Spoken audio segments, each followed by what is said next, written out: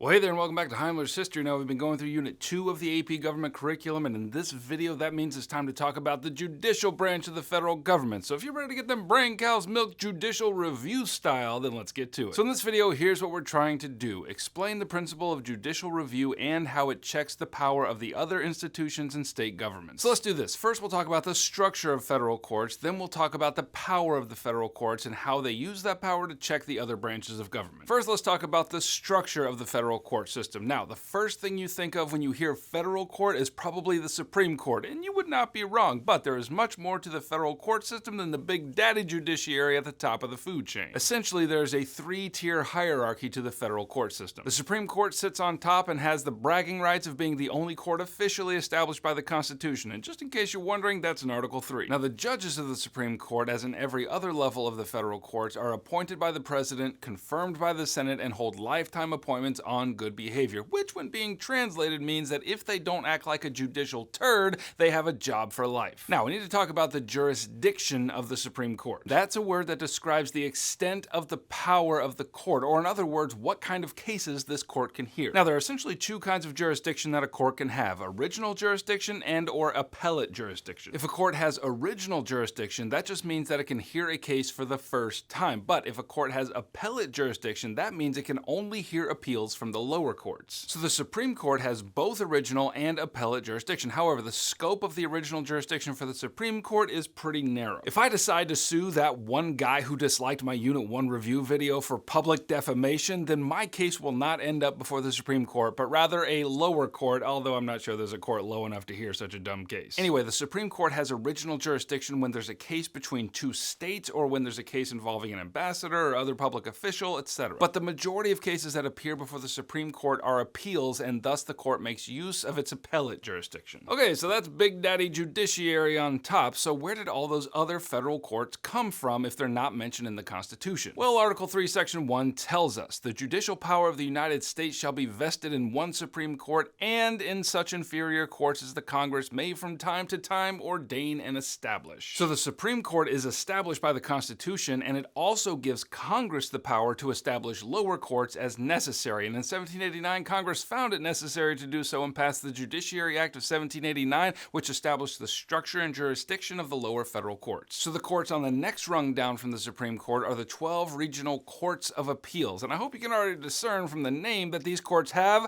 appellate jurisdiction. So the nation is divided into 12 regions, and each one has a court of appeals which hears appeals from the lower courts. And their job is basically to make sure that the law was applied correctly in those cases. And just for poops and giggles, you should probably know that these courts have 3 judges and no jury. Then at the bottom of the federal court hierarchy are the U.S. district courts, and there are 94 of these courts scattered throughout the nation, and they have only original jurisdiction. If a case winds up here, it will be heard by a judge and a jury, and each state has at least one federal district court, and many states have more than one. So just to summarize, let me show you how a case might travel through the federal court system. So if a guy breaks a federal law, he will first stand trial before a judge and jury in a district court. But if he's not happy with that decision and thinks there's a reason for appeal, then that case will be heard by the 3 judges of that region's court of appeals. And then finally, if there is a further appeal, it will end up before the Supreme Court. Now, everything I just said is way more simplistic than it works in real life. There are all sorts of factors that determine whether a case will be tried, when, and under what conditions, but that's basically how it works. Okay, so now that we've talked ad nauseum about the structure of the federal courts, now let's shift and talk about the power of the courts, and we'll focus on the Supreme Court. And so for this, you need to know the term